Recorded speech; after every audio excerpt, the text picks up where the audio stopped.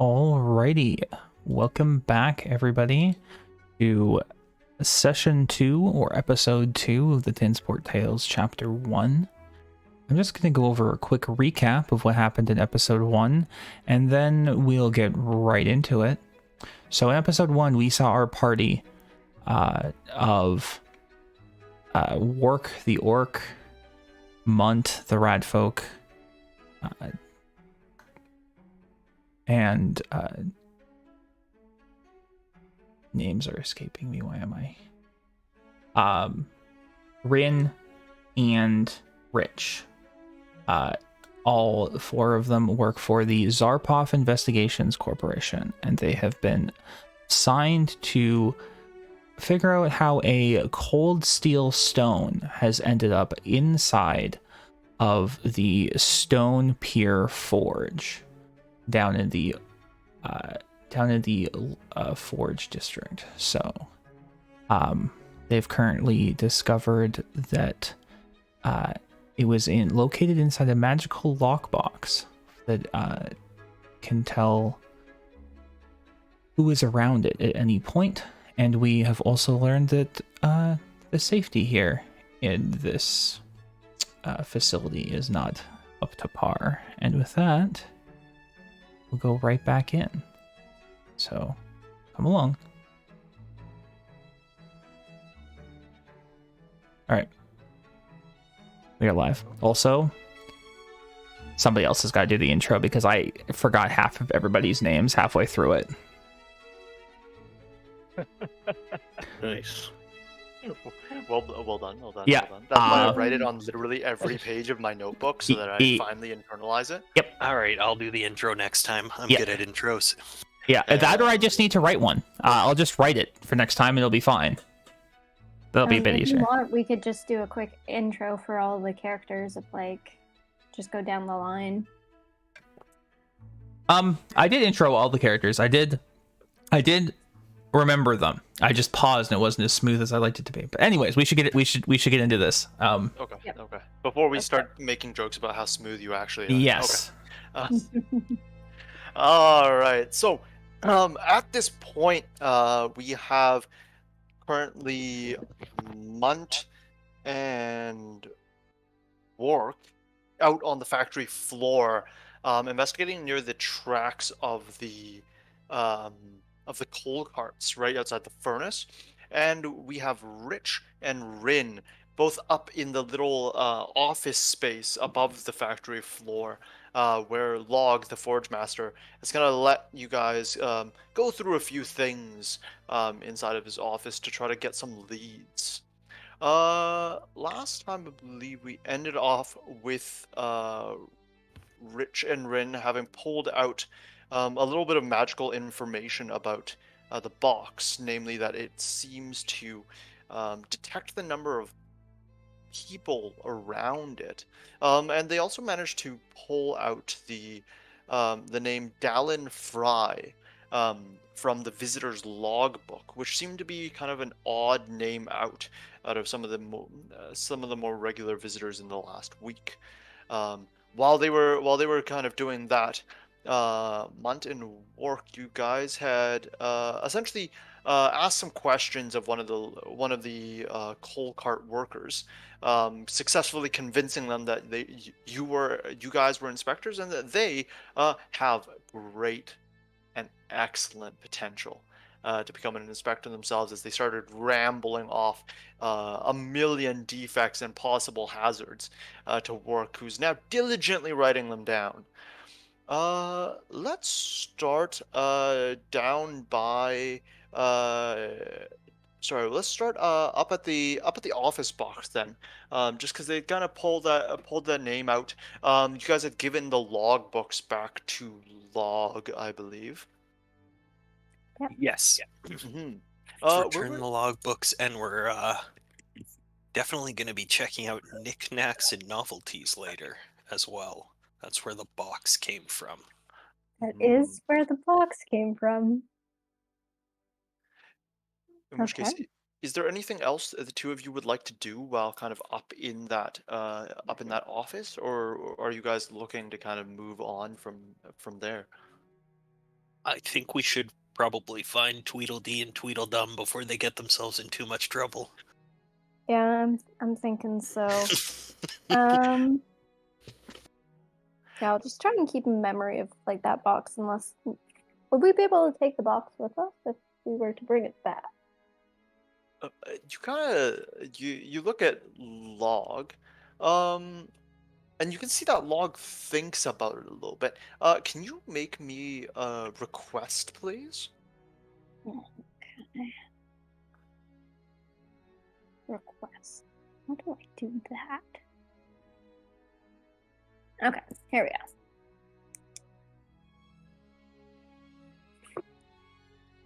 go. Ugh, that's a 9. 9. He, he kind of looks at the box a little bit because it's a relatively nice looking box, black and gold trim, with the and he also looks at the fact that like he's got his little cold steel ingot in there, and just kind of looks at you and goes, I would prefer to keep it. It's a rather nice gift, but You know, do you? I mean, you can always come back to look at it further if you think there's something up with it. I think it might be best to keep it in here, actually. Do you have security log? Like, Security log. like, do you have his name is Log. Do you have security here? Yeah. He kind of says, I mean, I have the two guys at the door, and I have the lock on this door as well for Mm. the office. But I mean, I've never actually had a security problem here before. I don't know. Uh, I don't know. It's kind of new to me. You know what I mean? I don't know if you guys remember those days. I mean, you guys look a little young, but like we used to be able to leave all of our doors unlocked back in my day. I'm Nobody used. 4. No. He, I will, so given that the nature of this box is to detect how many people are around it, Mhm. it's possible that someone may use this to enter your office when they know no one's here. Yes, that would be my guess as to why Oh. that box is useful. So it might be worth, if you're not in your office, having someone else in here so that the box detects someone nearby. Oh. Oh. Huh. Yeah, I guess I could do that. Yeah. Maybe I'll get one of my staffers to maybe just like take their break up here or something like that. I mean, yeah, that couldn't hurt. Mhm. Um, yeah, I mean, I do have the lock on the door, so hopefully that's enough. But I mean, who knows what these people are capable of? I'll get somebody to just maybe on rotation or something like Mhm. that, just to take their break up here. Yeah, try not to spread information about why you're doing it. It might be useful for us in the future if we come to a dead end in our investigation. We could potentially use the box as a trap. They make them think the office is empty and then pounce when they come to try and break in. Ooh. Oh, look at you! I'm so glad I came to your guys' company. All right, yeah. This seems pretty good. Oh, okay, okay, all right. I'll try to I'll tell them. It's my treat. It's a nice comfy office. They can have the seat for a little. Yeah. I like this. I like this. Okay, okay. Excellent. We'll be in touch and let you know if any changes in the investigation. Okay, thank you very much. Thank you very much. I think your buddies are back. Said they were going to walk around the factory floor, so hopefully you'll be able to find them there. Uh, but yeah, no, feel free to come back whenever you need something. Thank you. Will do. Thank you. All right. In which case, he lets you guys go, and you guys walk out of his door. It's pretty apparent to both of you as you guys kind of grab the door handle here and like close the office door back up that it's probably doesn't take a lot to crack the door. Probably doesn't take a lot to crack the lock on the door either. It looks all pretty rickety from here. Um, it is pretty obvious if somebody were to walk up these stairs because you can, as you guys will remember, the entire factory floor is pretty much flat with the exception of these kind of conveyor belts and that large kind of forge smelting area. And so this office kind of sticks out like a sore thumb. So they've never really had any need for security. But you discern that if anybody were to try, and maybe if there was ever a dead time for the factory, which there shouldn't really be, that it'd be pretty in terms of the security here. But both of you kind of slowly make your way down the stairs, looking and keeping an eye out, of course, for your two friends who, at this point, pretty much stick out amongst the rest of the people on the factory floor. As you guys had just stepped out onto the landing and start descending the stairs, it's pretty obvious with the two hard hats off in the distance near the smelting and coal carts, where these two are. And Let's one's 7 feet tall and one's 3 feet tall. They make quite the pair. Yeah, so let's jump to the combined 10 feet monster here. Munt and Wark, both of you have kind of had your fill of talking to this fellow who's been working the coal carts, and he's offered to once again kind of show you guys where the coal carts, after they've emptied out into the forge here, leave to. I don't remember if you guys had taken them up on that request. I believe that we were right at the end. Like, that's what we were doing. We were heading out when we cut back to the other. Perfect. Okay. In which case, he tells you guys to kind of walk alongside the cart. It moves pretty fast, so you're just gonna have to, you might have to huff it a little bit, but I'll try not to move too quick here, as he kind of starts pumping on the lever here, and just watch the coal cart starts shuffling itself, and then slowly kind of gains speed as it heads through one of the two doors on either side of the. I think we're gonna lose them. Yeah, as you guys do know, the two of you walking down the stairs do notice as your two friends have started moving alongside the coal carts, but it seems pretty obvious. They're walking out and behind the factory essentially here. I've tried to lose them before. It's not that easy. Um so So as we kind of as that cart kind of rolls out of the side, you guys step out into the relatively cooler morning air here, outback of the Steakhouse? stone. Got him. Outback steak. Out behind Stone Pier here. And back there you can see that the tracks actually meet.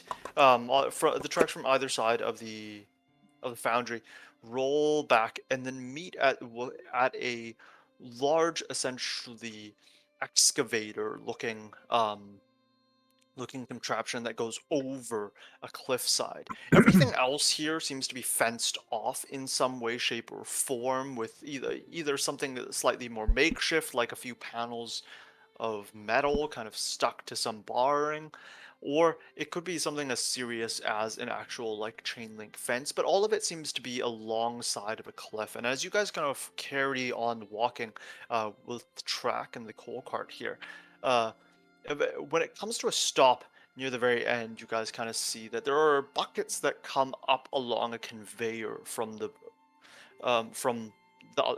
cliffside. He finally kind of parks his cart and lets you guys catch up to him. Just goes, all right, yeah. So if you guys just kind of look over here now, the tip really for anybody who's new here is not to step over this line. As he kind of points to the ground in front of him, there is distinctly no line on the ground. Oh. The line is very much where the cliff starts. I'm gonna pull out.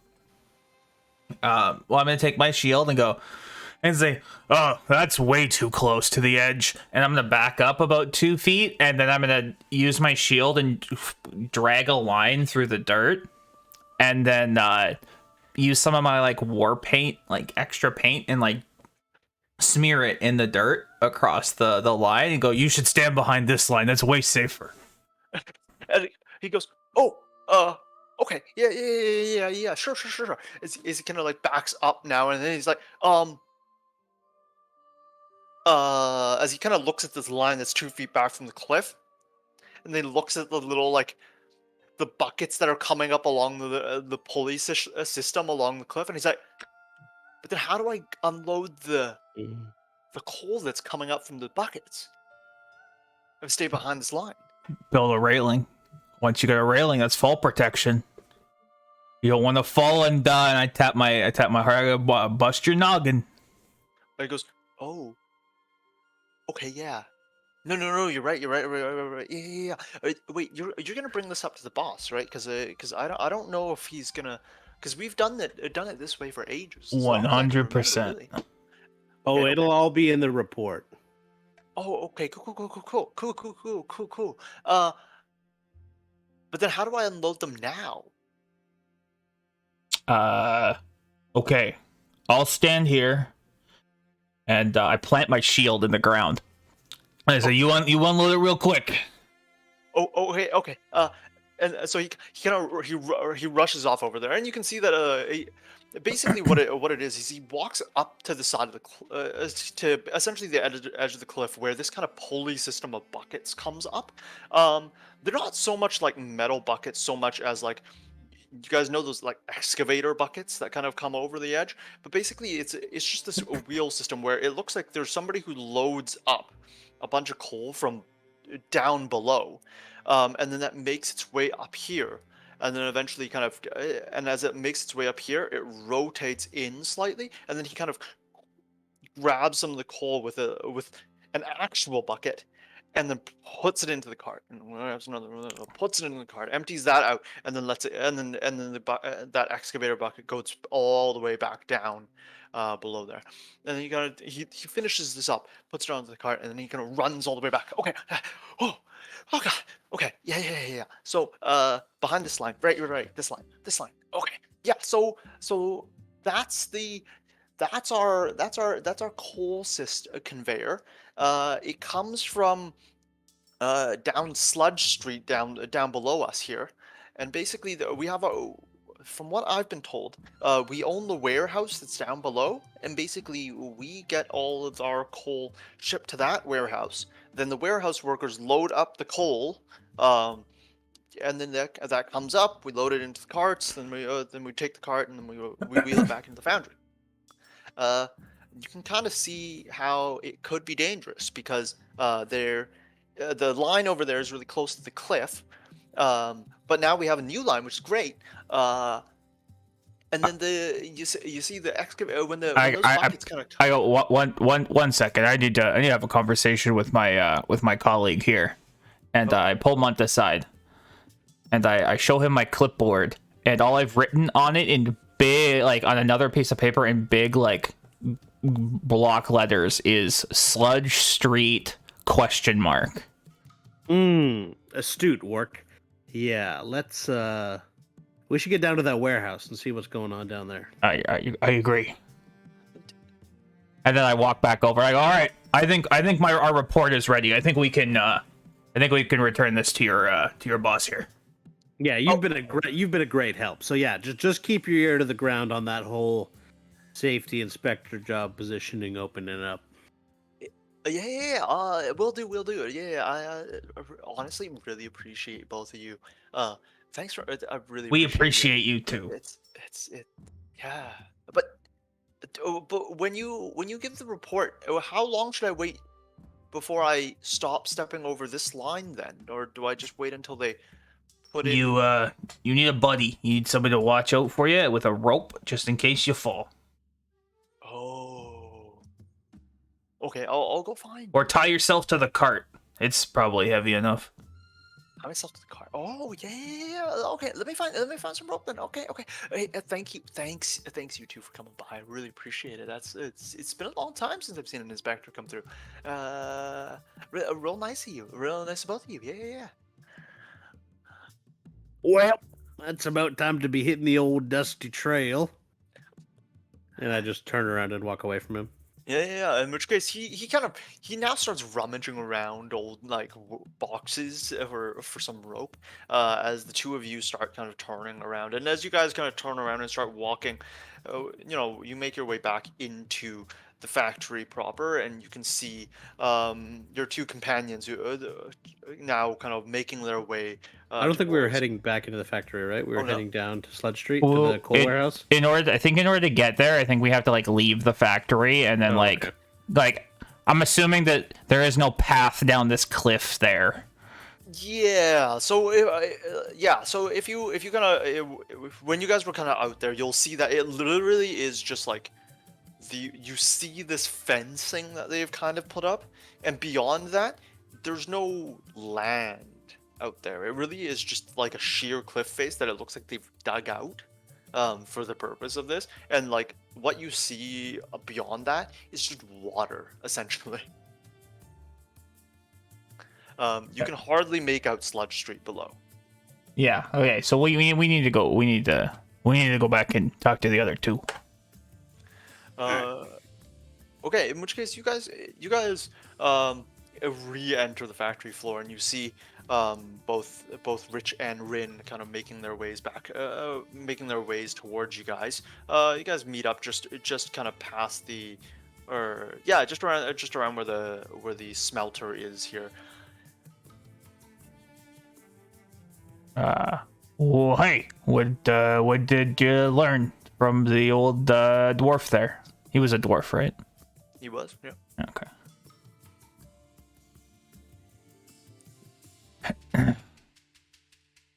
Silent types. I understand. We found a lot of stuff, Munt and I. We made some real good headway. I had my mic off. Excellent. We found a name in the logbook that was out of place, and the box that he was keeping the cold steel in was magical, and he was unaware. So he doesn't know where he got it from. So we're gonna check out the shop where it came from. Yeah. That's a good idea. We think that We're heading down to Sludge Street. to Yeah. The coal warehouse. Yeah, they have Seems a like the warehouse most down plausible there. entry point. Okay. Well, where do we want to go first? Do we want to check out this store? Or do we want to go down to the Sludge Street first? DM, would we know, is like the store on the way there? Like, could we hit one on the way to the other? You could relevantly, man. The store itself is not super iconic, but you guys do know that it's kind of down in Sill Square. Forge Walk does have the ability to kind of just walk down towards Southport. But regardless, it's essentially, how do you put it? You could either walk to Silk Square where knickknacks and novelties are, then cut towards Southport, then down into Sludge Street, or you could just you could theoretically bypass the store entirely if you want to and just go straight into the southern port and then down into Sludge Street. What is that? It sounds like you guys want to check out that box, so maybe we should go to the store first. But first, and I hold up a stack of papers that I have written on furiously. I gotta go talk to Log real quick. And I don't know where this accent has come from, but I go up the stairs and Work makes his way up the stairs. You see the door, the office door is kind of closed, but you kind of rap on it pretty quick, and he's like, yeah, come on in. You open it up, and you just see Log kind of sitting at his desk, kind of looking up at you expectantly, being like, oh, nice hard hat. Here, and I just slam this stack of papers down on his desk. I go, these are all the safety things that you need to fix so that none of your workers get hurt. You should really inspect this. I don't want their injuries weighing on my conscience. As you gonna go, What? You mean? Hold on. As he kind of picks it up and he starts looking through your through your nose. He's like, wait, pinch point. But who's gonna pinch a finger here? What do you mean? You drew a line. There's a line now. Yeah, you could fall off that cliff. You could die. Don't want that. I mean, like, what if you just don't fall off the cliff? That's what they all say. No, it takes us one wrong move. When the cart slips, he does like he imitates the Wile E. Coyote whistle as like the guy's falling all the way down this like you can't see Sludgeport from here. Yeah, he kind of goes, sure. I mean, I didn't hire you to do safety, but sure, I'll take a look at it. It's all part of the job. This, and he take some face paint and I write on another sheet of paper. I put S4, like an S with a 4 through it. I go, that's the S4 seal of approval, and I walk out. I as I've ran up behind him on the stairs, when he writes S4, I peer up behind him and I say, the 4 stands for fornication, and I scurry down the stairs. As you guys finish off with your non-official seal of approval. You guys start one, and all you guys can hear as you're leaving his office. S4. But you guys make your way down the stairs now, heading towards Knickknacks and Novelties out in Silk Square. Silk Square. You guys have to push through a bit of the grime, a bit of the smog of Forge Walk still, but eventually it clears up as you guys pass out of the large concrete walls and back into Silk Square, where the streets are nicer brick, where the sun is actually kind of shining at 10 a.m., 11 a.m. right now. And as you guys kind of make your way down a few of the streets, you slowly find yourself at the door of Knickknacks and Novelties. I just had a question, because presumably as we leave Forge Walk, we'll want to take off the inspector disguises. Mm-hmm. If I have, because I've already assembled the 2 disguises, if I just take basically what I've assembled out in both of us and put it back in the disguise kit as is, would I still need to spend the full amount of time reassembling it, or would those be kind of quicker to do that specific disguise again? Yeah, I would say that if you've kind of unless you were to tell me that you want to disassemble those disguises, like unless you were to say remove these parts so that it doesn't look like this anymore, I'm going to assume that you essentially have those disguises for the next time, and as long as you guys take enough time to quickly don them, that's not a problem. All right, I lean over to Work and I say, Work, give me your mustache and your helmet. Wait. I give you my mustache and my helmet and my clipboard. You can have this too. And the high vis. Oh yeah, and take that out too. And I shove those all indiscriminately into my big backpack. Fair enough. I just imagine that every time you open your backpack, there's just like a bunch of crumbs that fall out of it from undescribable places. Like they just exist. Probably crumbs and gears and wires and materials. And honestly, bones. I'm still surprised they're still crumbs. They've been mold by now, but somehow. No, they're from this morning. It doesn't mold that fast. Yeah, they're from all the pastries I put in there this morning. Oh, I forgot. Yeah. The session may have been a week ago, but it was only 2 hours ago. True. In which case, you guys slowly make your way to Knickknacks and Novelties. It is a lesser known trinket store in Silk Square, but you guys have spent enough time in the square, especially because it's only a few blocks down from Zarpov. But this is also one of those places where, how do you put it? Unfortunately, many leads lead here. All roads lead to Rome. All all nicks lead to knickknacks. Oh, Yeah, Mm. basically, All paths lead to knickknacks. yeah. You guys know that it's not exactly a popular novelty store. It's not exactly a popular gift shop. It doesn't sell everything you could ever want to, but it also, for some reason or another, whenever you guys have encountered any sort of investigation or people talking about like, oh yeah, I was gonna go check out blank, when you're at the Zarpov office, uh, knickknacks and novelties almost always comes up at some point. And so you guys kind of walk up to the door, and it is. How would you describe it? Before we go in, can I make a knowledge recall society check to Mhm. see if I know if Knickknacks has been involved in any of the city's like underground dealings or smuggling that I would be aware of? Yep, please do. Let me.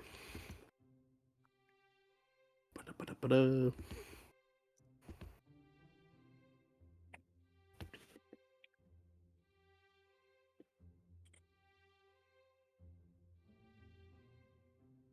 15. 15. Yeah. Without a doubt in your mind, there is. They are one of these stores that, um, generally speaking, always finds a way to bypass one regulation or another.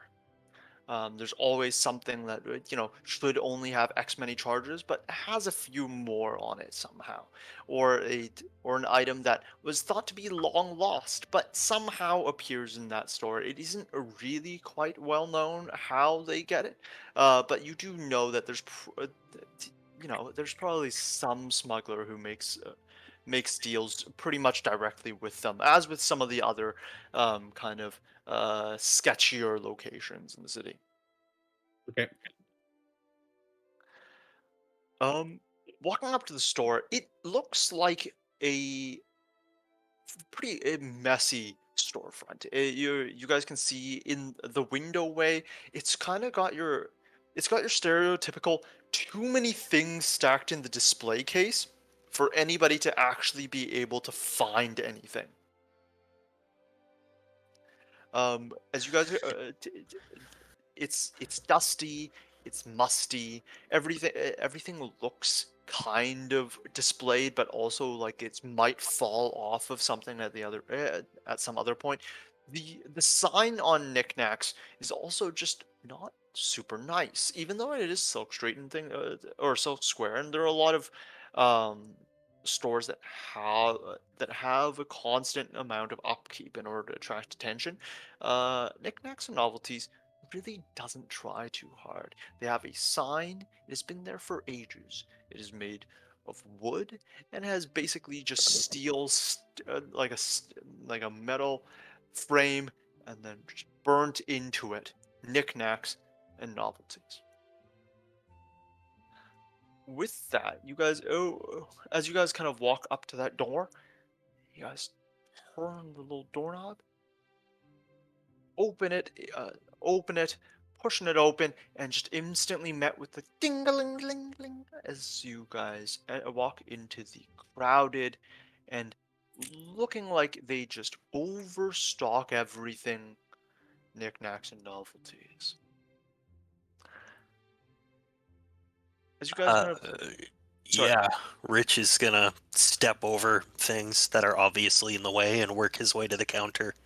You kind of step over one thing that looks like it's probably a novelty wand for kids, but it might be real. Can't really tell from here, sort of a thing.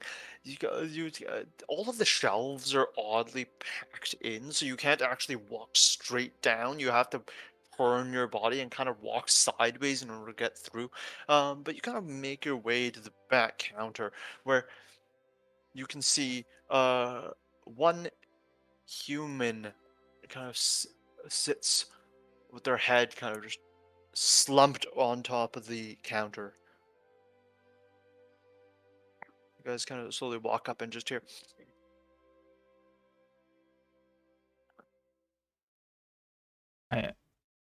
I I'm gonna wait outside. I can really fit in here.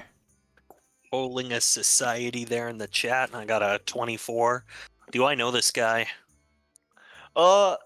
This At least by reputation. This particular person you don't know. You do know that there are a few people who are known to be employed here. This person you haven't actually seen before. What What do they about look the like? owner, though? Do I know who the owner is? You do know the owner. They're actually co-owners to this store. Um, One known as Jess, and the other known as Gail. You guys have never actually been sure whether or not those are their like legitimate names, but it's what everybody's always called them, so it's pretty safe to assume. Got it. But this person who's just kind of like slumped over here, it looks like neither of them. In fact, this person like just looks honestly just too muscular to be either.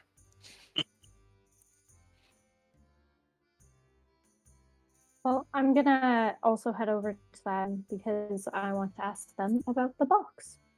So Yeah. I will. Hey, Uh, yeah. Yeah. hello. Uh, Come on, big guy, use words. you're. Customer. Oh yeah, I'm working here. Yes. Yes, it appears so.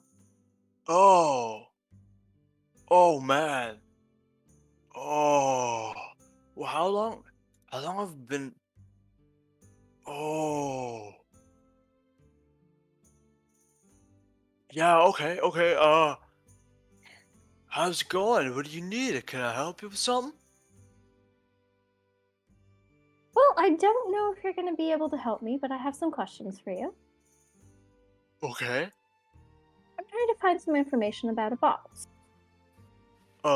Boxes are the and he kind of like points off to your right, and then goes, and then it goes under the counter, pulls out a sheet of paper, and just kind of like uses his finger and traces it along. He's like, Specific uh, box. Not here. Probably has already been sold. I want to figure out who had purchased it.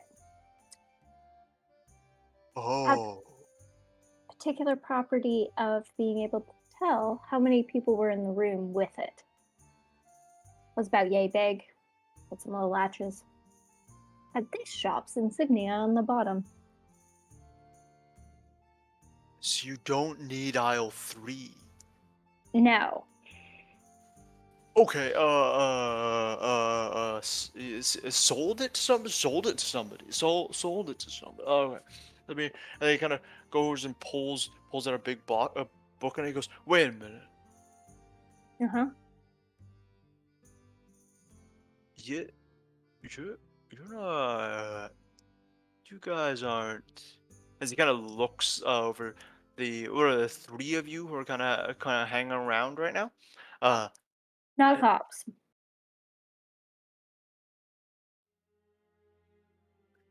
Okay, okay, yeah, okay, yeah. As he opens the book and goes, a box, right? You said box. Box. About As this he big. This color. It's a box.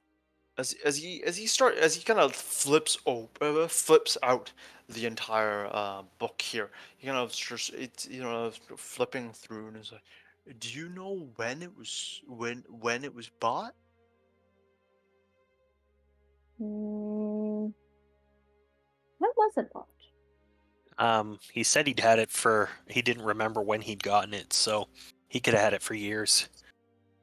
No clue. Oh. Oh. Okay. Box. Is he gonna like slowly leafing through this book? With the kind of big book on the counter. Those of you who are up at the counter, you guys can see that it seems to just have a what can be said like a general description of an item? Usually it'll say like wand, short, whatever. And then it goes date, and then it has price. And that seems to be the extent of this kind of sales log looking thing. Starts leafing through it and just goes, box, small box, small, black box, small, black box, small. Black box, small. There was a black box, small, sold, about a month ago. Hmm. Was that 20 gold? Okay. Any idea who bought it? Who was it sold to? I don't I don't see it. I don't think we keep the name here. Who was working that day? As he kind of like looks on and he's like, "Oh, I was working that day." Oh, no. Classic. Okay. Let me go check. Let me look at my work log. As he kind of goes and like, puts the book down and then stumbles over, grabs a flask off of the shelf and goes, "Ah, my work log." And he kind of drinks a little, takes a sip out of it and then puts it down. Okay. Let's see here. And looks around. And starts to let's see. Okay. Where you could go? This was yeah, the black box, small, gold, with key, sold to Dallin. Hmm. Dallin. Who's Dallin? Dallin Fry? I don't know. Is he fried? No, as in his last name was Fry. Oh no, he While didn't say. while this guy's flipping through the pages, can I try and palm an object off one of the shelves? I don't care what it is. I just want to take something with me for the road. Yeah, you can make a. Can you make conceal an object? There's a palm an object. Palm an There's a object. common object too. Just Holy use crap! There's a thievery. different one. There's also a steel. But no, yeah, no, you're right. Good, palm an object. Go for it. Okay.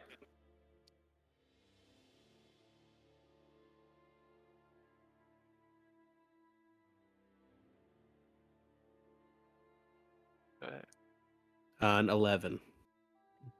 I see him making the move for it with my 18 then. You do. All right, then I'm going to roll for a distraction because I really don't need him causing me trouble, so I'd rather him be successful. Please I mean, do. you can't cause too much trouble by stealing in one of these shops. They don't want to call any guards down here to rifle through merchandise. Roll your go for your distract, please. Okay, where is distract? Create a diversion. It It's is deception. Oh, that's the one I want. Deception? Okay. Yes. I'm not trained in that, but we're going to do it anyways. Mhm. Roll a flat d20.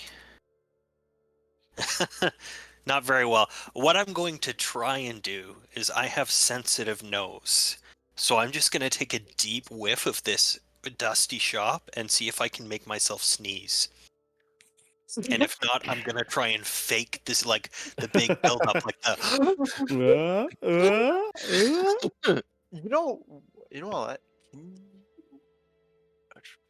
Let me. Can you? I know this is not what this is made for. But can you also make a perform for me? Sure. I'm also not trained at that, but we're going to try it anyways. You have to make a contested fortitude check against the dust. I am not rolling great on that. Oh no.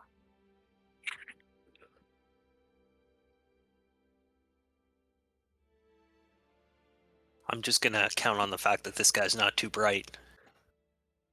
Yeah.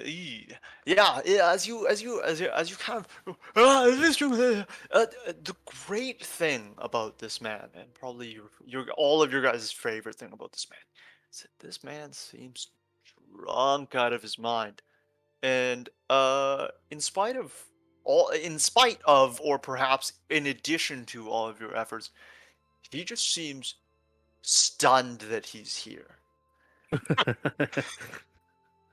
And he doesn't seem to notice a single thing. He kind of says, he kind of goes, oh, blazentite. Placenta. And as he Alright. goes, yeah.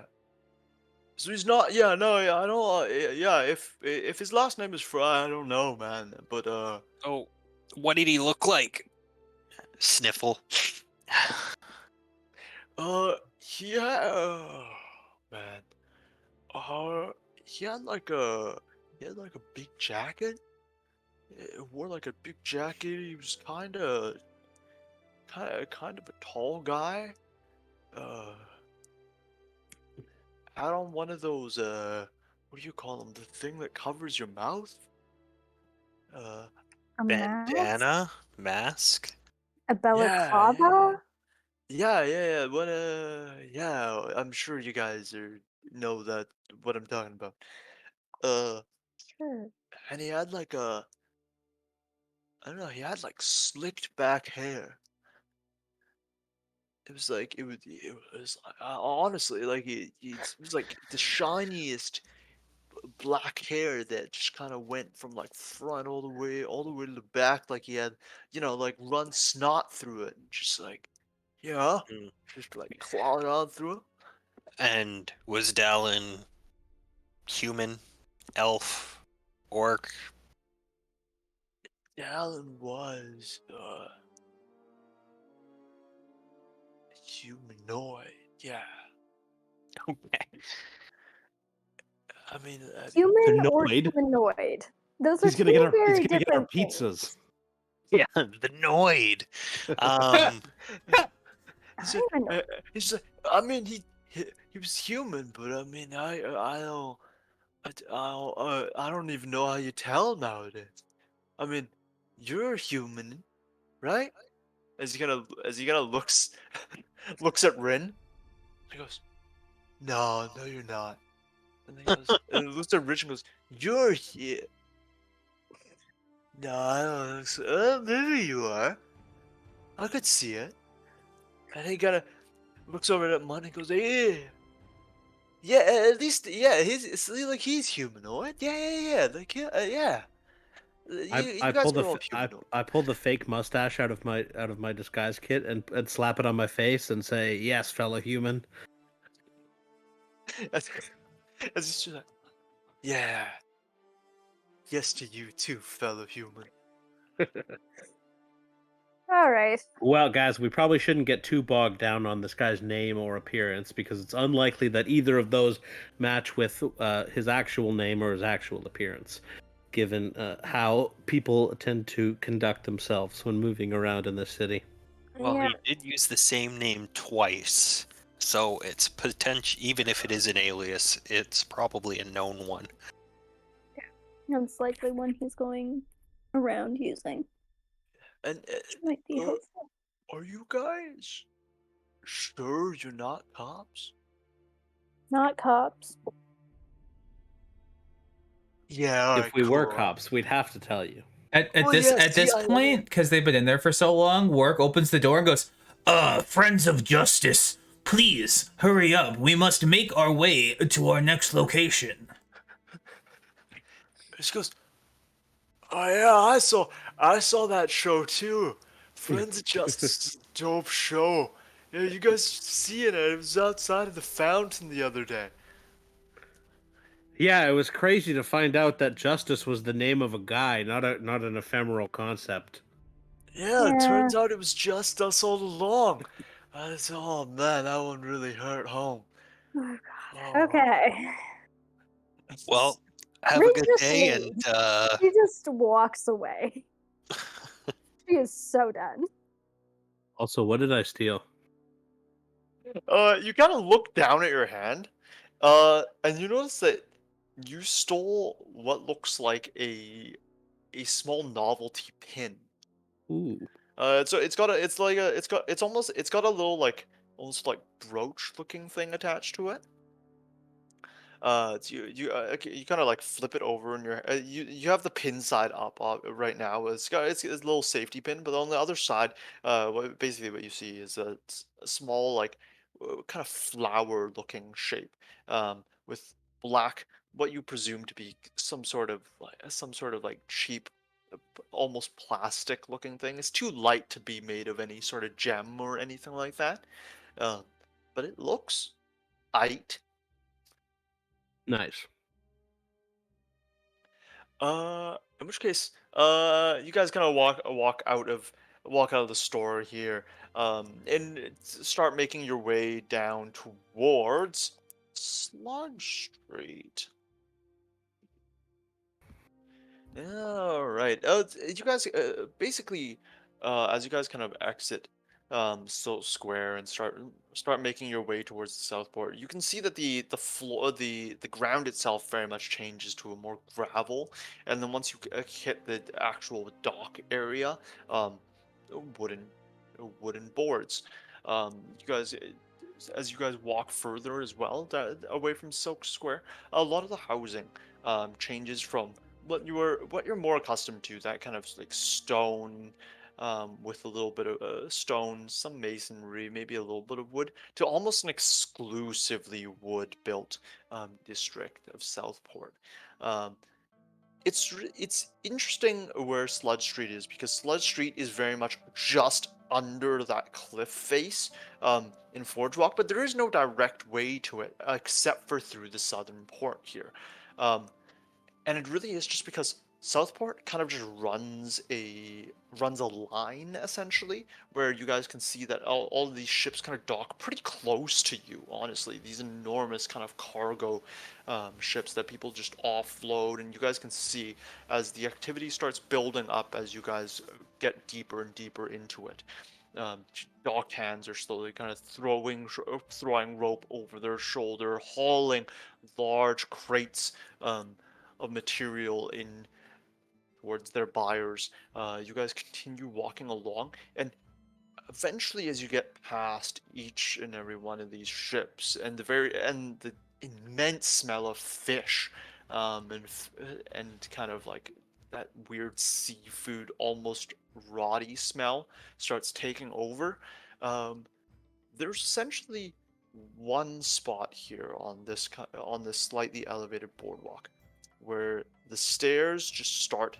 There's a set of stairs that start heading down, and as you walk up to this stairwell, you can see that smog that's made up in the Forge Walk area, that's just kind of sunk into this this valley that becomes an enormous expanse of various boardwalks that just kind of split off in different ways, level off in different ways.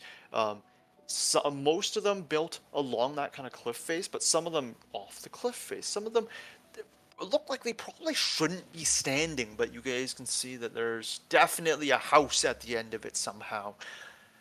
But you guys slowly descend those stairs, and that kind of smog now mixing in with the sea foam and ocean air kind of takes over, as the entire area just is almost instantly engulfed in fog as you guys step into it, and step into the area known as Boardwalk or Sludge Street.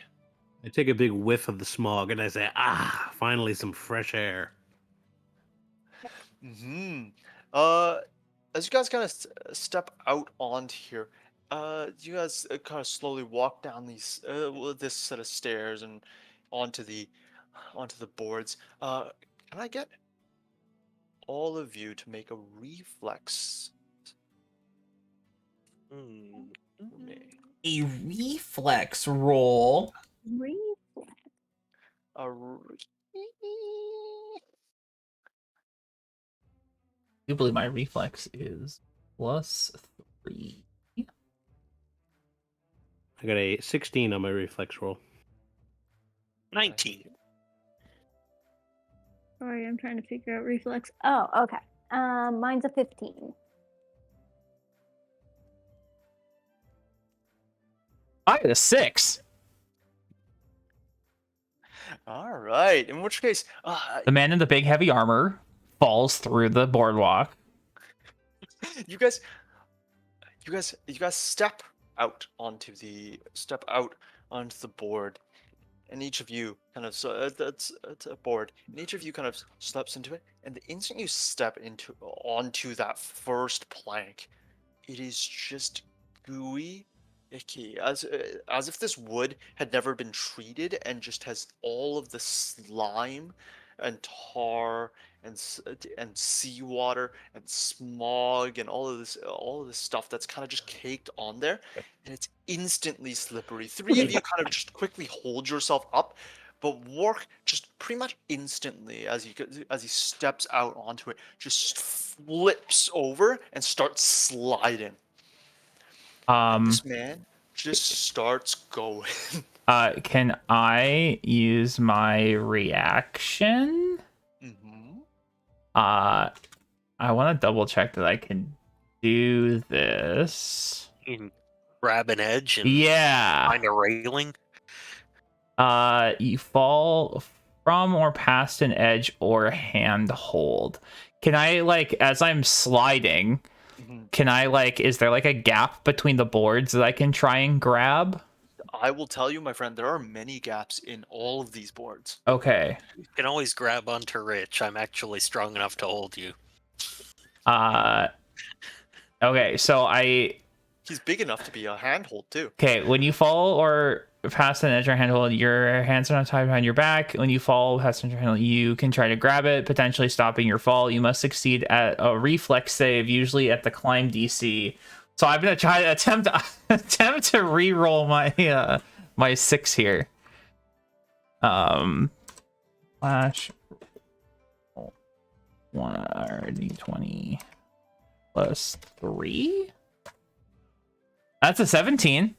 Okay. In which case, you start slipping and sliding, and you just feel yourself. And as you kind of just like as you're kind of sliding, had started that slide, you have felt the kind of as you recognize that there was it was just all of this was so uneven that there was bound to be a handhold somehow.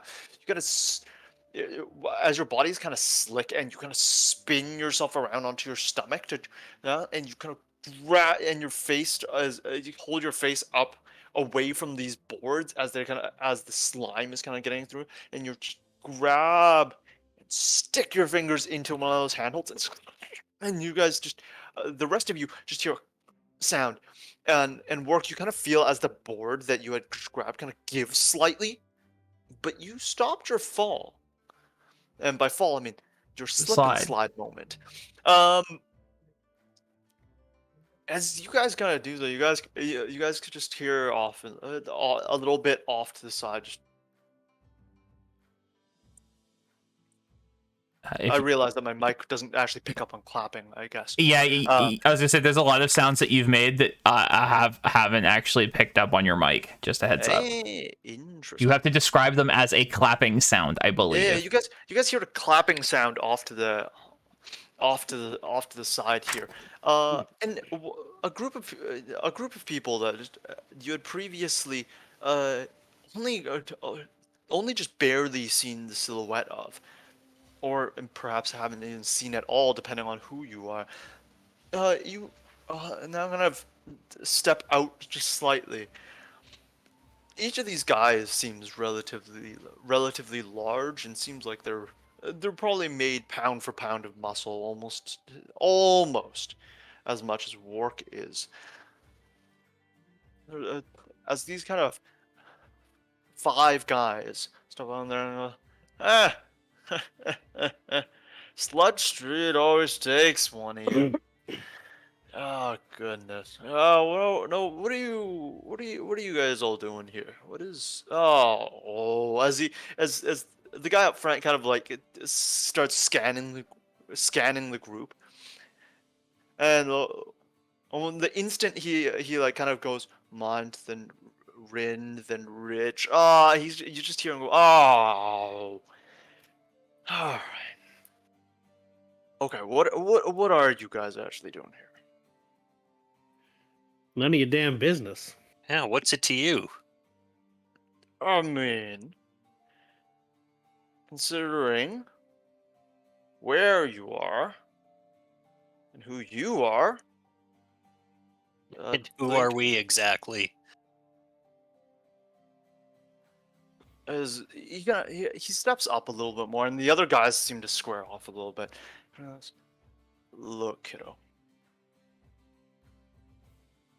I, your moms and pops are real nice, but let's be real. You know, anytime you have business down here, it's not great. So what are you guys doing here? As he's leaning in, I reach into my backpack and I pull out a metal tube that's flared at the end and kind of a wooden block, and I start screwing them together. Oh, yeah. The instant you do that, you see all the other guys now seem to not only square off, but very much kind of. And he's like, the guy at the front just says, "Look, we really don't have to do this, my friends." I walk up, I get up and I walk over and I go, friends of justice, who are these muscle-bound street warriors? The guy instantly like, "Oh no!" He looks at Rich again. Look, Richie boy, are you actually bringing the whole crew this time to kind of look for something? Can you not do your business somewhere else? We really don't want you here. My business goes where it takes me.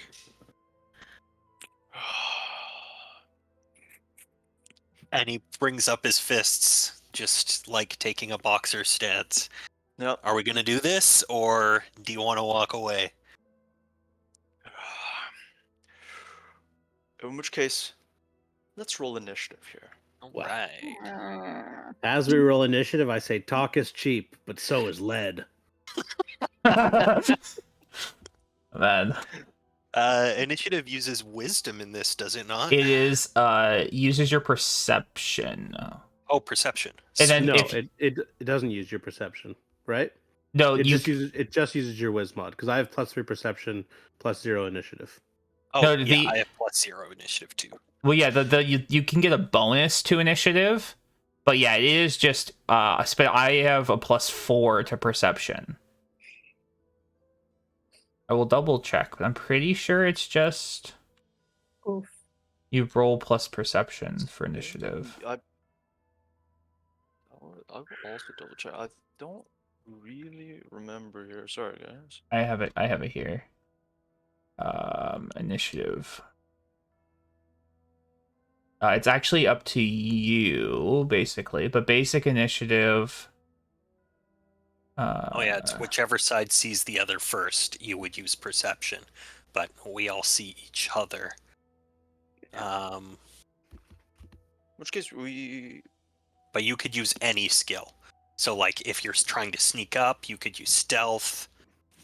I mean, at this point, because everybody kind of sees each other, we could just do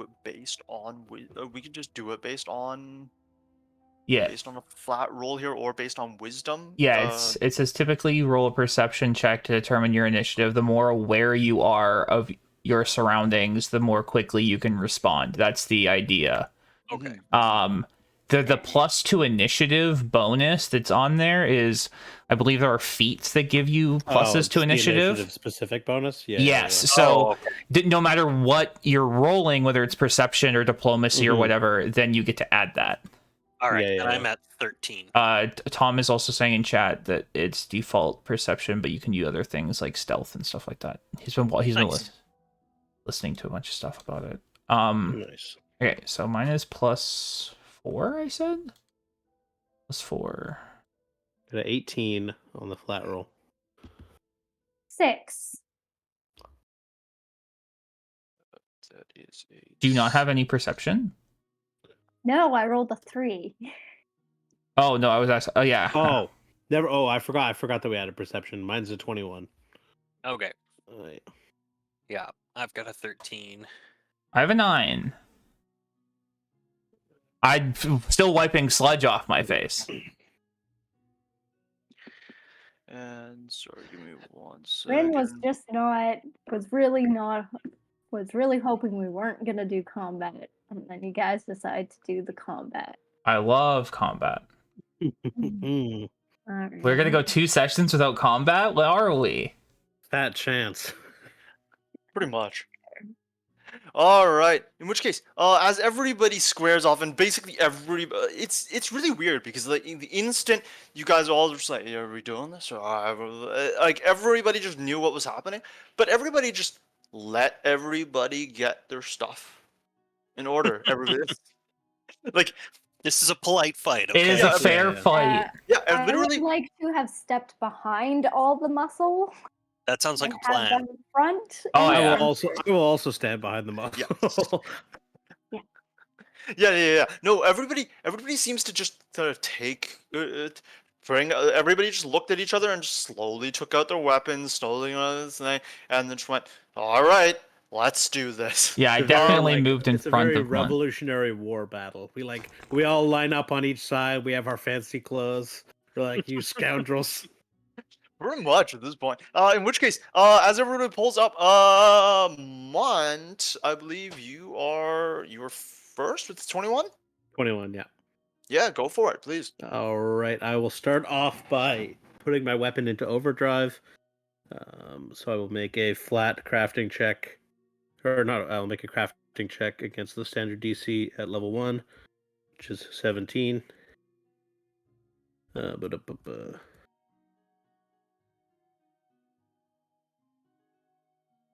There's a 27, which is a critical success. So I add my intelligence mod to every attack for the next 1 minute. Baby. And then I will shoot a guy. Whichever guy is, I suppose, most directly in front of me. Yeah. I've basically I have you guys in my on my sheet here. Basically, what is it? It's work and Rich near the front, and Rin and Munt near the back. Yep. Yeah. Okay, I rolled a 20 on the attack. 20 is 20 is a success, my friend. Okay.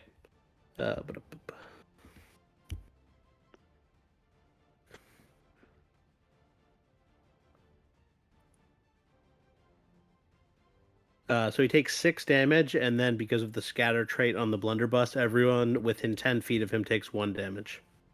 6 damage and Fill him 1. full of buckshot. 6 and 1. Hmm. Okay. Yeah, as you put your gun into overdrive and then just take a shot, and as it kind of clicks, it just flies past Work. And Work, you kind of, oh look. As it kind of smashes into the guy, basically like directly in front of Work, just slams into him, and just suddenly just whatever it was, kind of just punches him in the chest and just shatters off, hitting the 2 guys on either side of him, basically. As he goes, "Ah!" As he's just kind of holding out his club and just like, God, and starts picking out some of these things. Do you have any actions left here? I'm just double checking if the. Yeah, I will use my third action to reload, and then in my turn. Okay. In which case, Rich here. Excellent. I'm gonna look at the guy who was talking to me, and we're gonna start with rolling a devise a stratagem. D20 plus my devise a stratagem. So I just roll a flat d20, and then... Okay, if I make an attack against this guy this turn, it would be a 5. So I'm not going to make an attack against him this turn. Fair enough. Fair enough. That is the benefit of that. So instead, I think I am going to make... which do I want to do here? So we're not striking. Something with my athletics, probably. Where there's got to be like a shove or something. There is shove, grapple, trip, disarm. Let's go for trip. So I assume I just roll in athletics for that.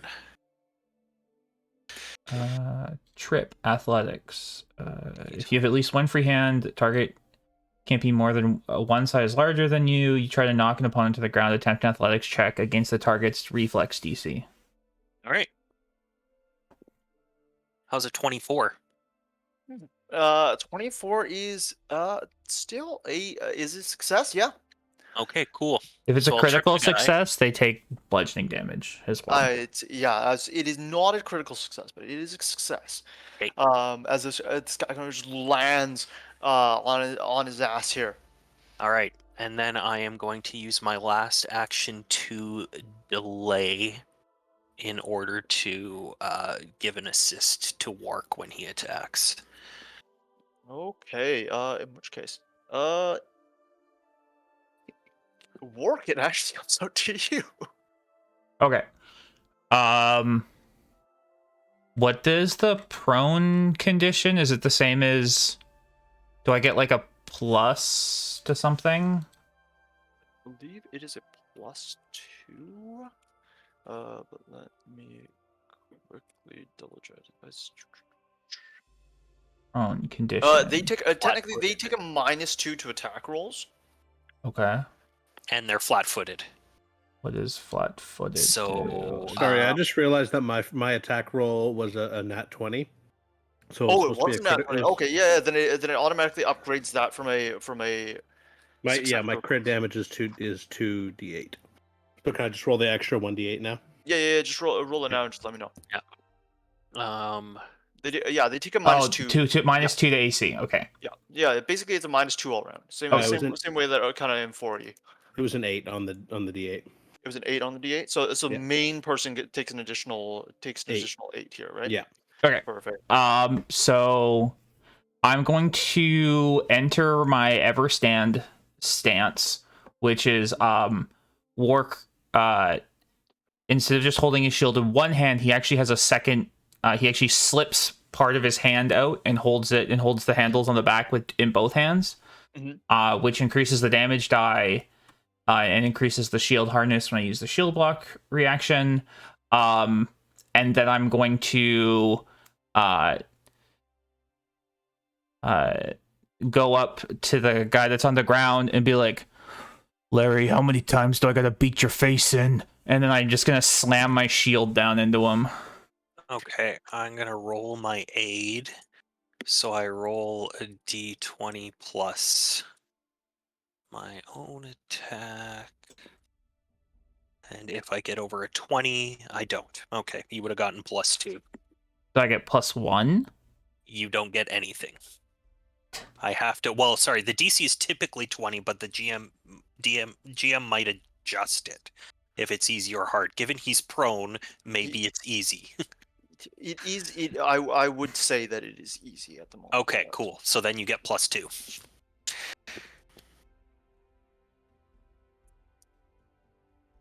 Okay. I think I still have this. Oh, what? Oh, right.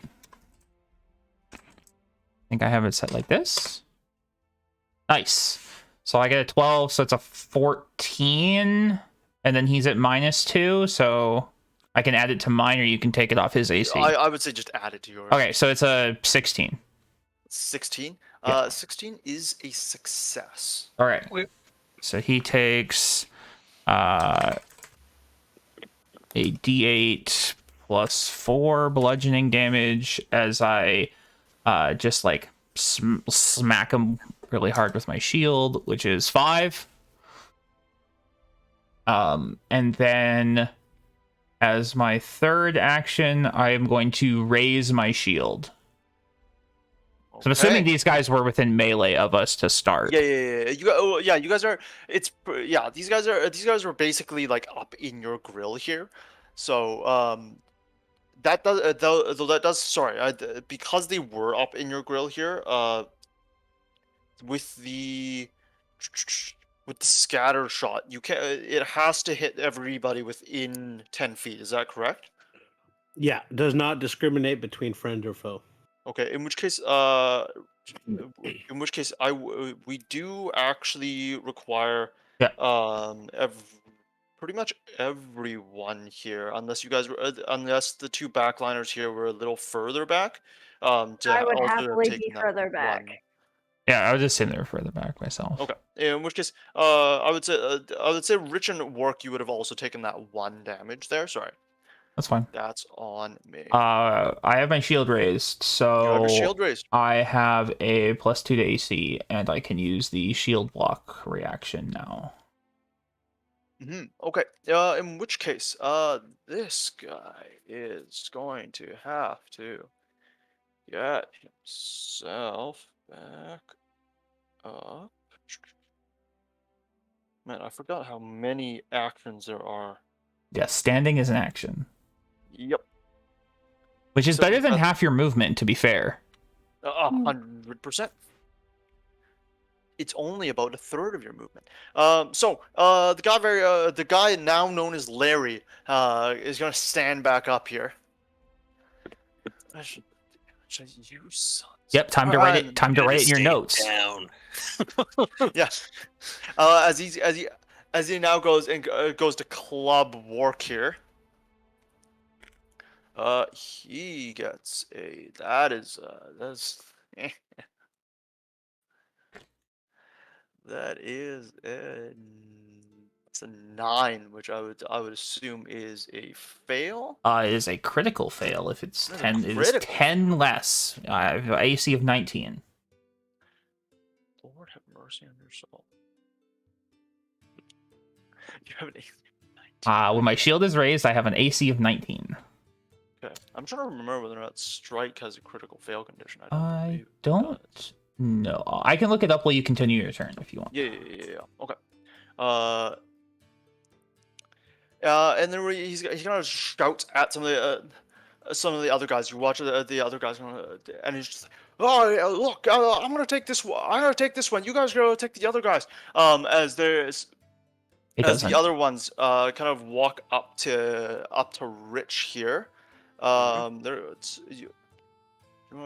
going to. Good God! Okay, this dice roller that I'm using is hot garbage, but that is a 12 to hit.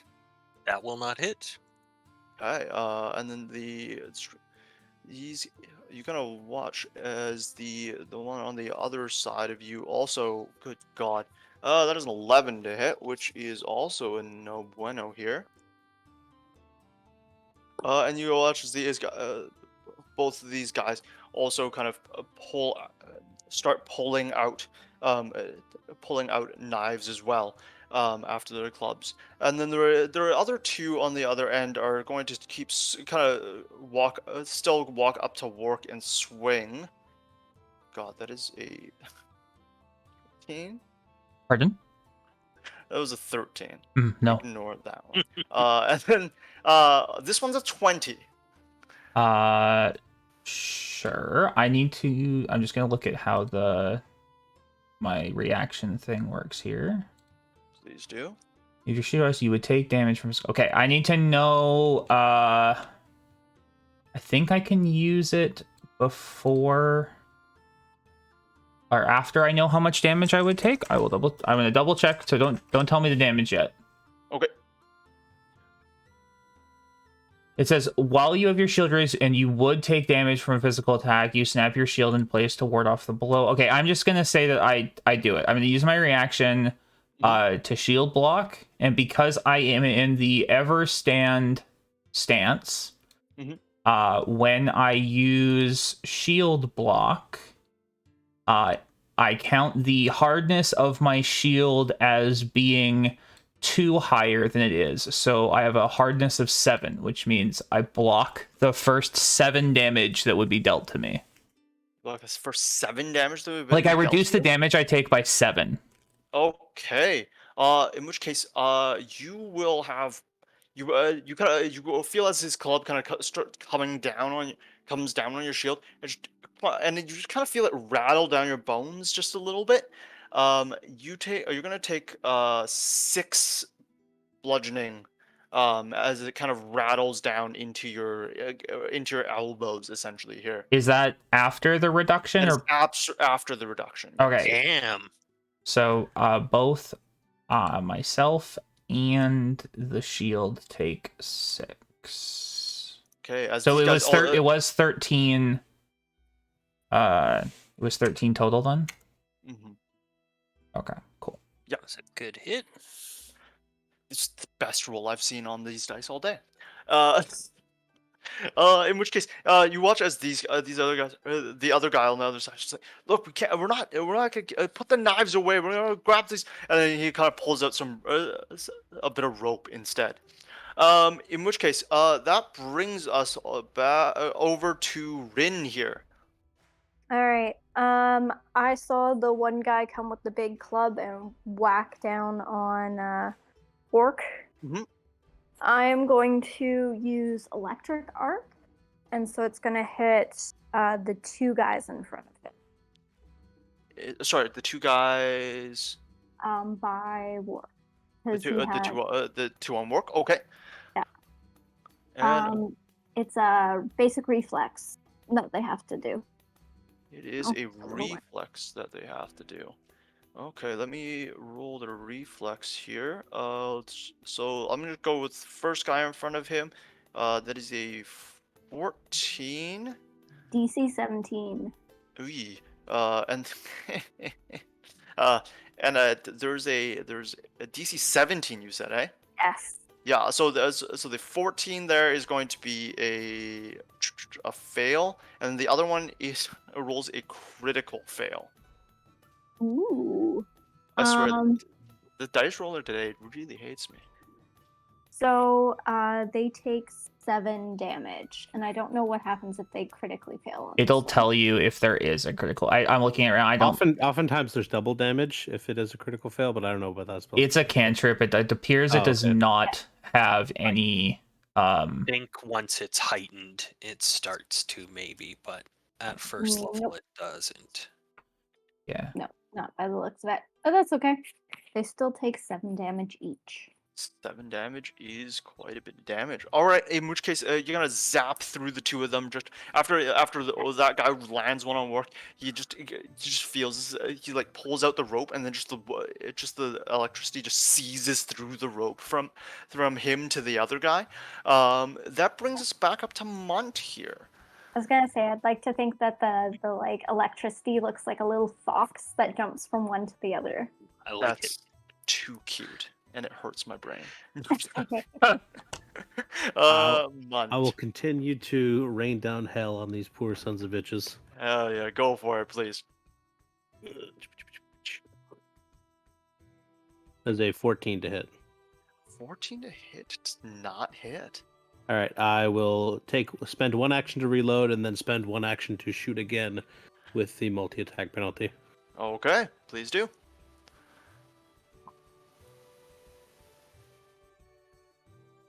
There's a nat 20 on the second one. Jeez. Jesus Christ. Hell yeah. Yeah, Munt just kind of lines it up and just fires a warning shot over the shoulder. Just like, right, no. It's time to hit them. And slams another one into his face. What's the damage on this one here? It's 18. Freaking A. Well, that guy's dead.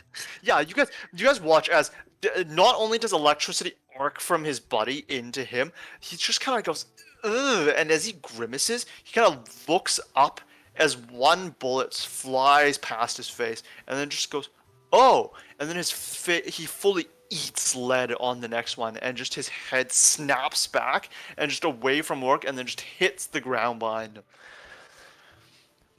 I bring my huge flared blunderbuss barrel up to my lips and then my turn. Goodness gracious. As once you're gonna do that, you gotta just hear it as Larry just goes, Dan, God damn, what the hell, guys? Holy crap! Rich, what are you gonna do?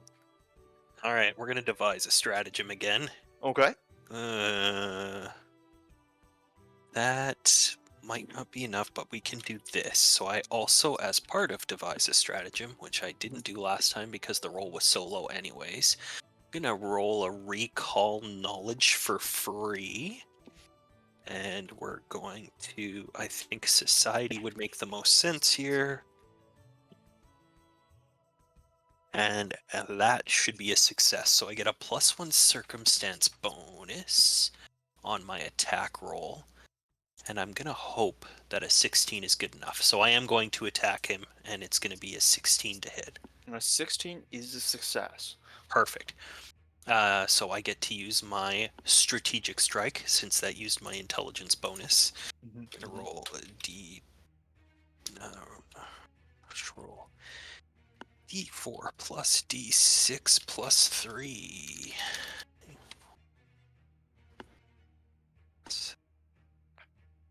Oop. So I do 12 damage to my buddy here who decided to pick a fight. So 12 damage. Oof! As you kind of slam you're using your fists, right? Oh yeah, I punch him in the face. Yeah. Larry eats a full freaking like knuckle sandwich to the jawline here. He's like, you could see the shock on his face from the fact that Dan's face just got blown off, and then he just like didn't look at you for a half second, and you just sock him right across. Oh, good boy. All right. Is he still standing? He is still standing. All right. I am gonna try and trip him as well then, since I still have actions left. Please do. 20 plus 6. 19. Sorry, give me 1 second. Against 19. Yeah, 19 is good here as he just falls. I'm just gonna push him over his buddy's body. Like, I'm gonna make him trip over him. Yeah, you gotta shove him. He's like, God, as he now has like blood on him as well. Wark. If Rich, you have nothing. Those are your actions. That's all 3. Right? Yep. Okay, Wark, go for it. Would you consider the guy that's laying, the first guy, the one that Munt shot? Yeah. Is he still considered living? I would not consider that man living at this point. Because I wanted to use lay on hands on him. I can very definitively tell you this man is very not just dead, but quite like like at this point with the amount of damage he's sustained, like his face is quite thoroughly like. Okay. You can take a gun mod to make it deal non-lethal damage, and I did not. I look down at this guy and I look back at Munt and I go, "What did I tell you about not killing the people on the street?" You were pretty unclear. It was kind of ambiguous direction. I think you had said, maybe sometimes you need to kill people on the street. And if they have goodies. Is there another guy near me? There is. I mean, so there's a guy currently to your right who had eaten some of that lightning from before. Yeah, I'm gonna hit him. Well, I'm gonna take my frustration that I have with Munt killing this guy out on this other guy. Oh boy! All right, yeah, please. I'm going to find the window that has the dice roller. There we go. There's a 23. Yeah, that is a success.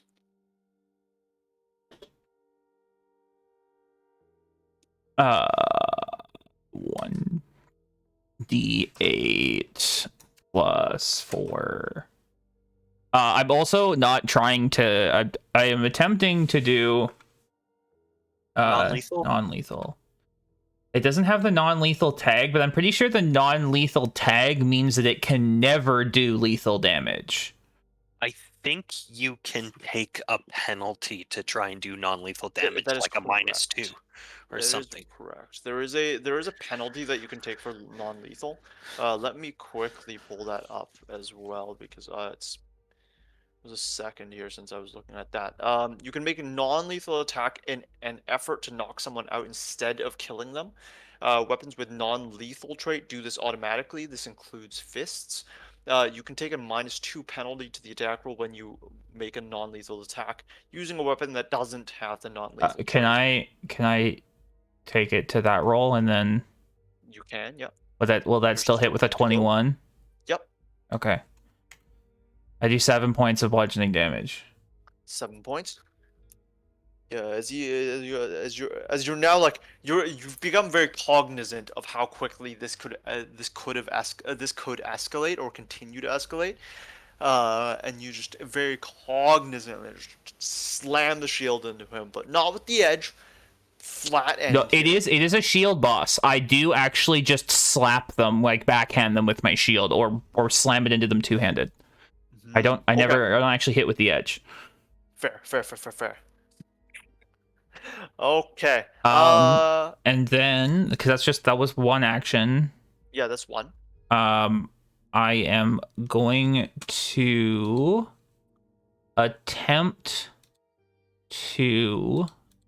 I think I'm just going to attempt to grab. No, I don't have a free hand anymore. I'm using two hands on my shield. In which case, I am going to attempt to hit him again. It is what, -5? I believe so. Mm-hmm. Yeah, okay, so we are going to roll. Are you also planning on taking the other -2 to that as well? Yes, I'm going to roll at -7. Which is just flat. Because you have +7. As a 9. This 9/9 is no good. Okay, I'm gonna raise my shield. Fair enough. In which case, as you kind of slam into the guy, you guys now just kind of hear there go. Okay, whoa. All right. Hold up. As he's like on his back with his hands full of Dan here, and it's like, okay, wait. Boys. Hold this. As these other guys who had already pulled out knives are kind of just like putting them back.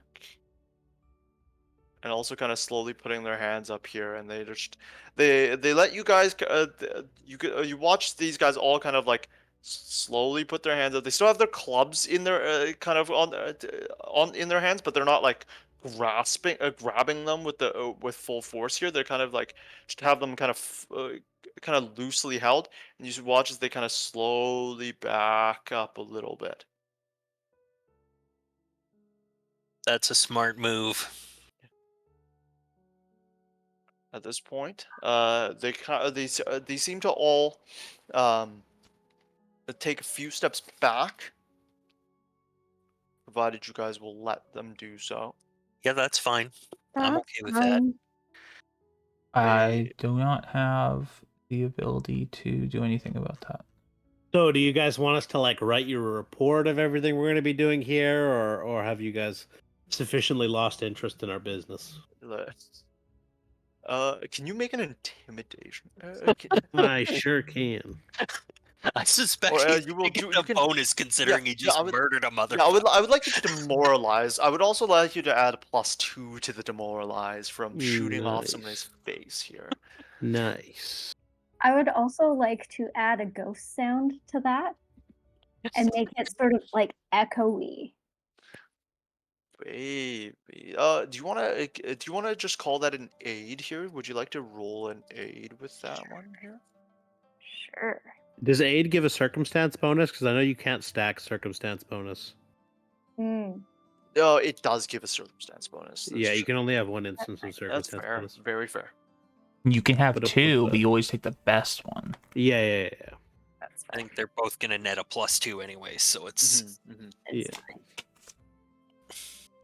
There's a 19 on the demoralize. 19. Your voice still echoes out because even though it doesn't do anything, it's still suddenly it just kind of carries across this smog and mist.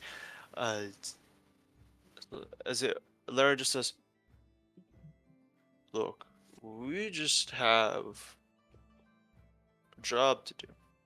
That's to ask people what their business is here. I'm willing to say," as he kind of like as he kind of like raises himself off of Dan's corpse here. And it's just, I'm willing to say, you guys can do what you need to do. Yeah, boys, we're just gonna find Dan a home here. I And I say I would like to assist in this. I must say a prayer for the fallen. as Larry's eyes kind of just like look at you and just go, and then just he just lets it go. He's just like, sure, that would be appreciated. As you I put my big shield on my back, Mhm. and then I kneel down and I pull out my small shield, which is like dinner plate size, which is my holy focus. Mhm. And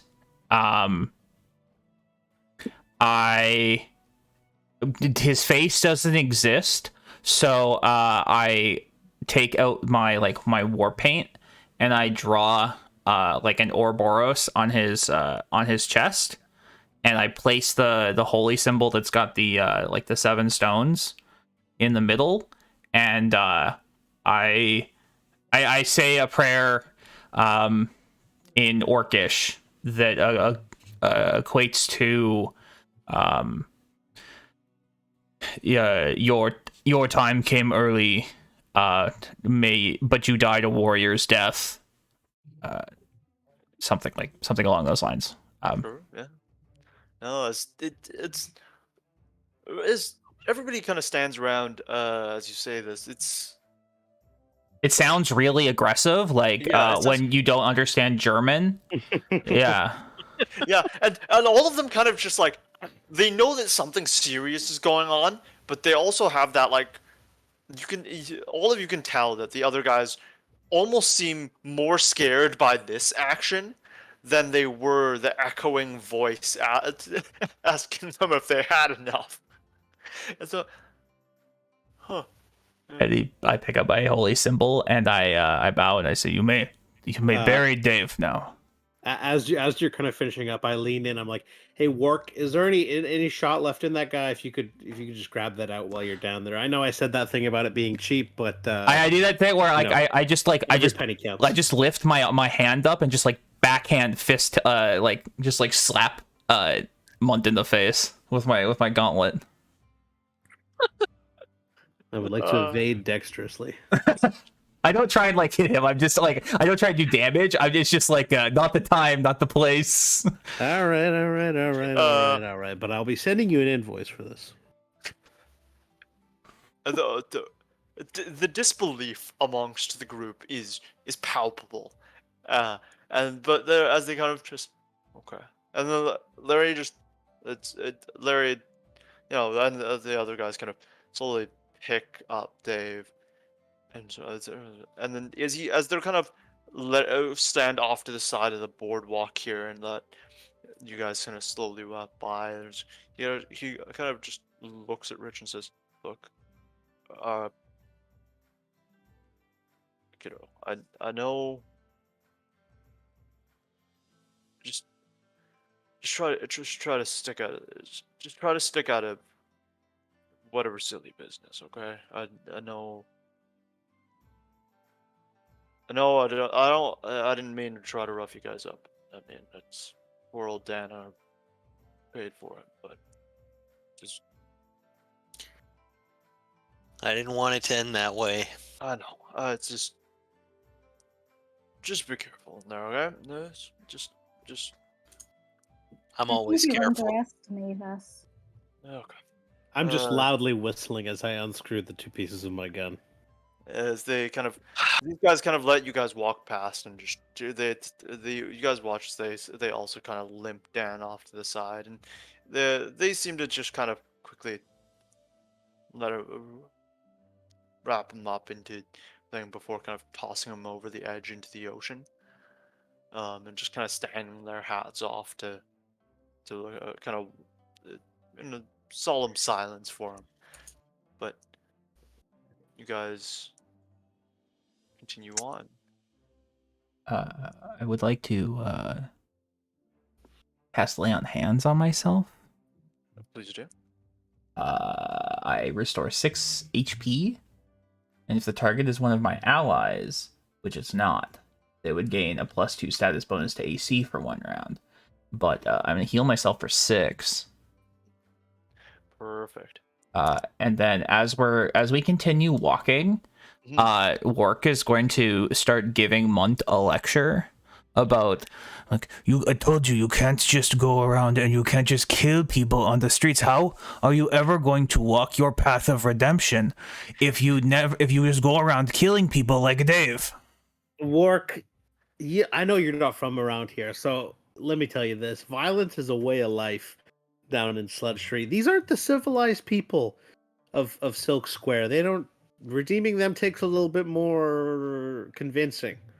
There's nothing more convincing than the wide end of a blunderbuss. I grab your shoulders and make you look at my face, and you can just see that, like, you know this, that, like, my whole body is just covered in scars because of, like, what he used to do before he became a champion. And he goes, I am well aware of uncivilized people and their ways, but you must be better than them. Yeah, I am. That's why I'm not being buried like Dave. Ugh. And he keeps grumbling and just, like, keeps saying, basically repeating himself to you as we walk along. I mean, they pulled knives and you pulled a gun, which is a proper reaction, but let's avoid the headshots next time, eh? All right, next time I'll aim for the legs, groin, lower torso. That's all I ask. At least let me be able to heal him after.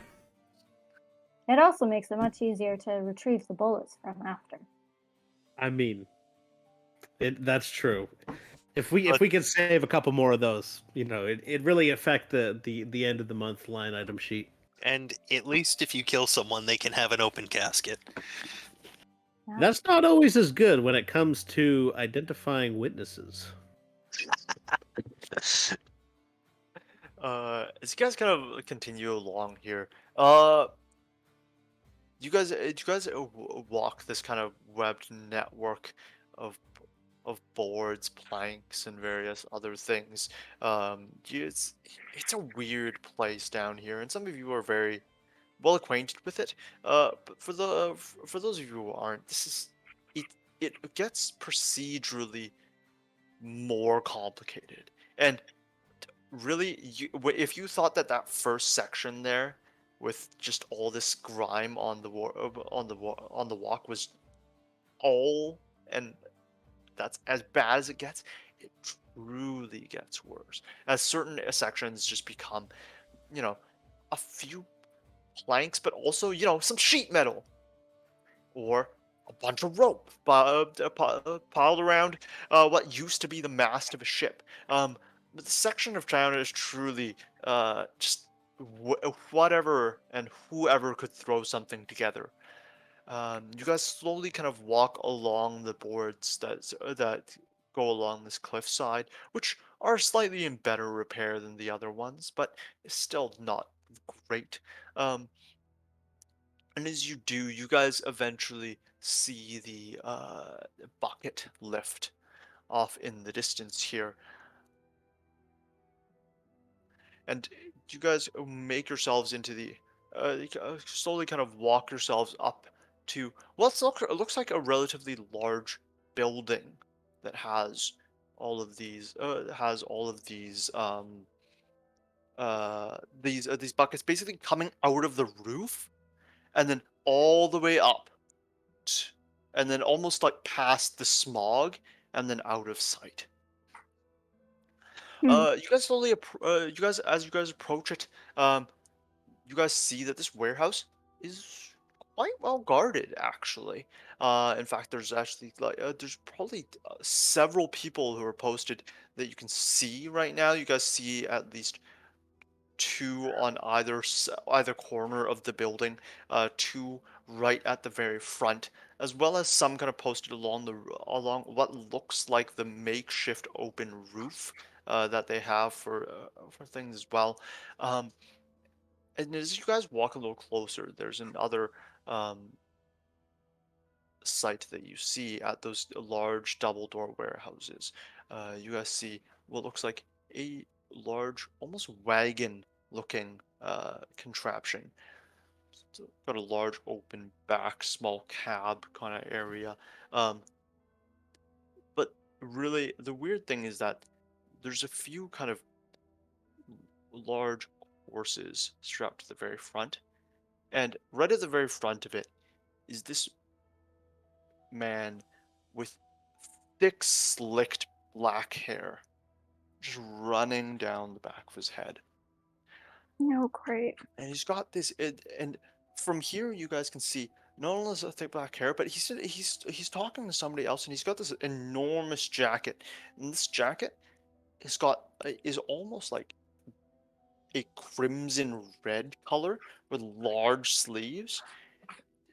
It's- As you guys walk a little bit closer, you guys can see kind of golden glinting in at the very ends of his hair, almost as if like where he slicks it back, it gets tied up in small golden rings. And this man just seems to be gesturing, kind of talking out loud to some of the guys at the door who seem to be kind of also having a pretty amicable conversation with them. What would you guys like to do here? Well, I want to sneak up on this guy before he gets away.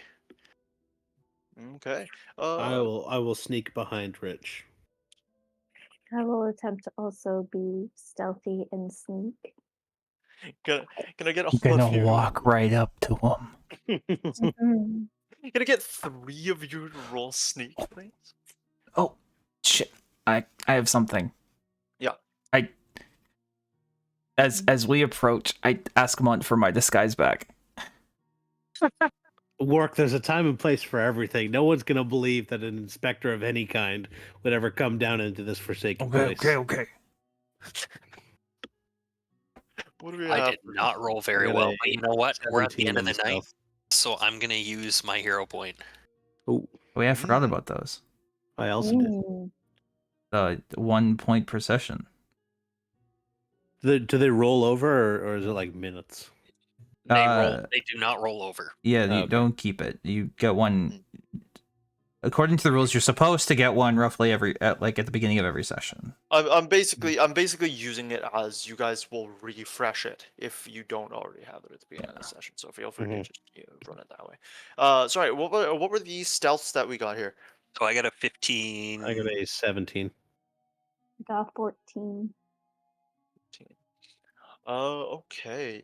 As you guys approach, kind of slowly approach this man. You guys kind of pull off to the side a bit and start kind of creeping up towards him. Wark, what are you doing at this point? As you're recognizing that you're not great at Well, he seems to just. Well, I'm actually not terrible at stealth, but mhm.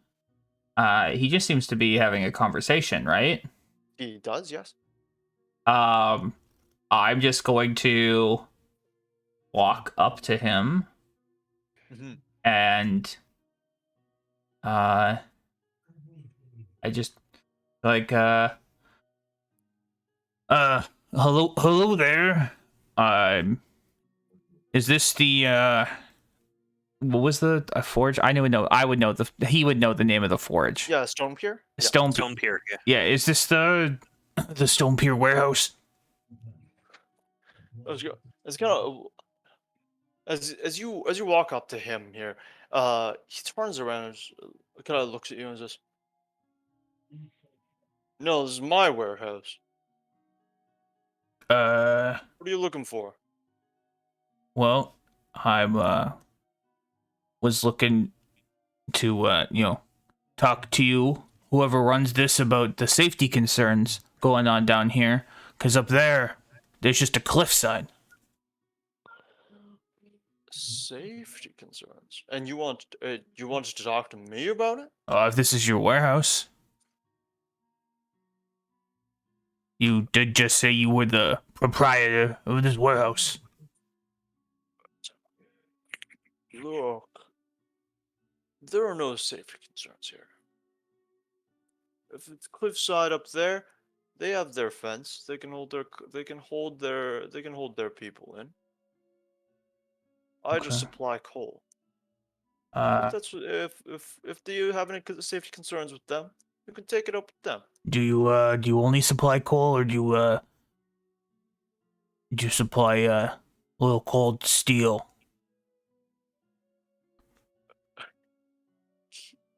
And as I wait, I got it. As I say Yeah. that, I rush him and I attempt to take him to the ground. In which case, let's roll your what do you want here? Grapple trip?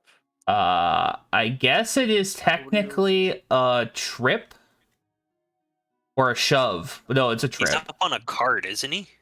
He's off the side of this cart. Okay. Yeah. I was gonna grapple him if I got close enough, but you beat me to it. Go for it. Yeah, I'm gonna attempt to, I guess, yeah. Well, I'll do one or the other, whatever makes most sense. I just want to I want to basically tackle him and then hold on to him. So I guess it's just a grapple. Sure. I mean, let's say that it'll be.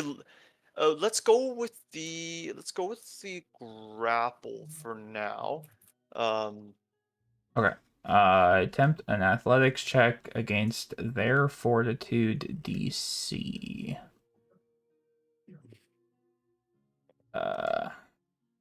So How about we make it your grapple, and if instead of the normal critical success on this one, because we're not technically doing this one in combat at the moment, you also get him on the ground. okay.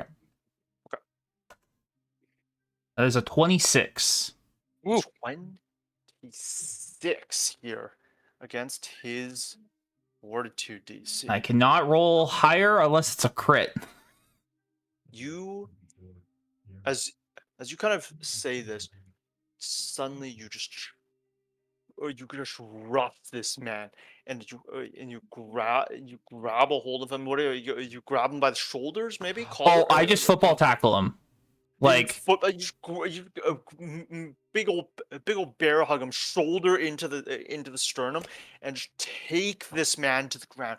And as you do so, you can hear as everybody that is around here suddenly goes, "Hey!"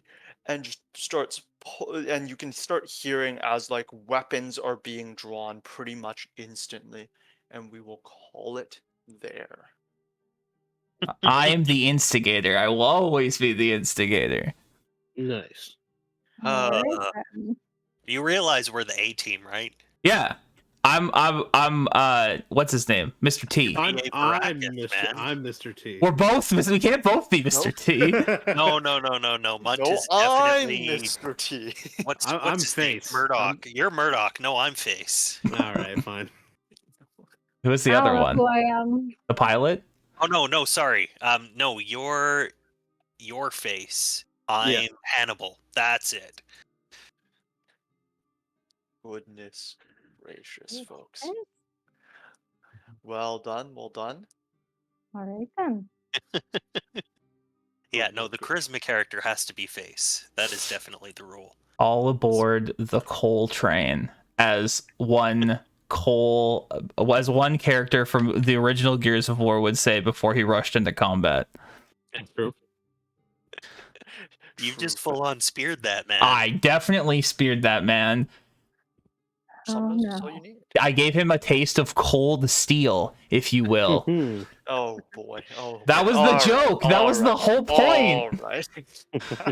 That was the whole point. I mean, my hope was you were just gonna pin him down. I'd stand over and be like, Dalen Fry, we have some questions for you. But apparently, we're gonna have guns and knives pointed at us. So we'll see how this goes. That's usually it happens when you try to take a guy in a group of people under arrest. Especially when he owns the building and this is his security. Luckily, we also Yeah. have guns and knives. This is true. In fact, Actually, no one has knives. Oh well. no. I mean, did not build my character for combat. I built my character for avoiding combat, so this will be fun. it's okay. You have a guy whose entire shtick is that his gun is knives. That's what Shatter is. We also have a guy whose entire shtick is he is a walking shield. True. So if you need protection, you just stand behind Wark. He's like Braum, just stand behind me. It's a trick because that level 1, my character's a combat character, and then every single level after this is just crafting feats. Yeah. Whereas I'm like, hey, I can charm him. You can also just electrocute him. The cantrip works fine. Yeah. That is my only damage spell. Huh? Well, other than I have gouging claw if someone's like right in front of me, but everything else is like not damage at all. All right. Well, we're gonna wrap up episode 2 or session 2, episode 2, whatever you want to call it there. Electric Boogaloo. Yeah. I'm just gonna do my little outro spiel to stream here, and then I'll be back with you guys in just a sec. Right. So thanks everyone for tuning in. The session was a lot of fun right near the end there. Yes, we are still level 1. I'm gonna put all that information on the screen for next stream. I'll work on it this weekend. And yeah, we are level 1. It was a lot of fun. If you're catching this live, awesome. The VOD will go up on YouTube if you missed any of it, or you tuned in late and you want to see the beginning. You can also watch it on Twitch.